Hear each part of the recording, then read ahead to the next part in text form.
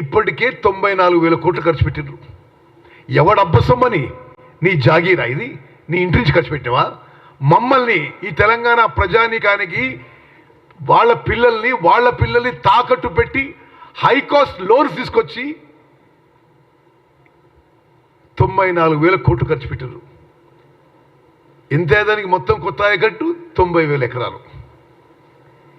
ఇంకోటి, ఇప్పుడు దానికి పూర్తి అవ్వడానికి 2 ఏళ్ల క్రితం CAG control auditor general of India అంచనా ప్రకారం 2 ఏళ్ల క్రితం ఇప్పుడు 1,27,000 కోట్లు అవుతుంది.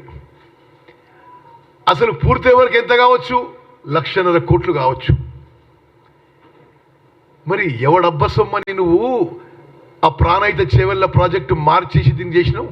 నీ కమిషన్లు కొరకు కాకుంటే మనకు ఏ కారణం ఉంది? ఈరోజు ఈ కరువు వచ్చేదా? ఈరోజు రైతుల పంటలు ఎండిపోయా?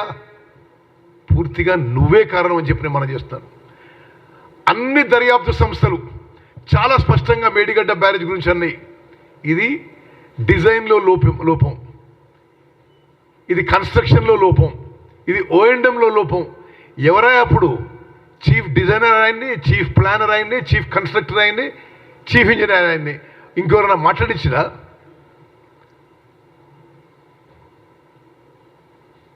ఒళ్ళంతా పొగరుతో నిండిపోయి కళ్ళు నెత్తికెక్కి ఒక ముఖ్యమంత్రిగా అడ్డగోలుగా ప్రవర్తిస్తే ఈరోజు జనం నిన్ను బొంద పెడితే 104 ఎమ్మెల్యేల నుంచి 39 పడ్డారు. ఆ 39లో మరి ఒక 20-25 మంది కాంగ్రెస్ చేరబోతున్నారు. ఇప్పుడు కూడా ఈ మాటలేంది? ఒకటే విషయం మళ్ళీ నేను స్పష్టం చేయదలుచుకున్నా, రైతులకి వారి ఇబ్బందులని తగ్గించడానికి మిగిలిన కొద్దిపాటి నీరుని మేము చాలా జ్యుడిషియస్గా ఉపయోగించి ఎండాకాలము ప్రాణాలను కాపాడడానికి మంచినీటికి కొంత నీళ్లు సేవ్ చేస్తున్నాము.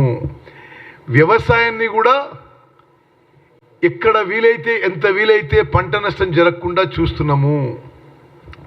మీకు కొన్ని అసలు అఫీషియల్ విషయాలు కూడా చెప్పాలి.